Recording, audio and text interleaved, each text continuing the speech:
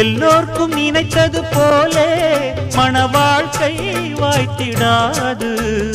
எப்போதும் ஒருவனை எண்ணி தவித்தேன், இப்போது நான் அதை கண்டுபிடித்தேன். கெட்டி மேளம் கேட்கும் நேரம் கூட மாமனோட.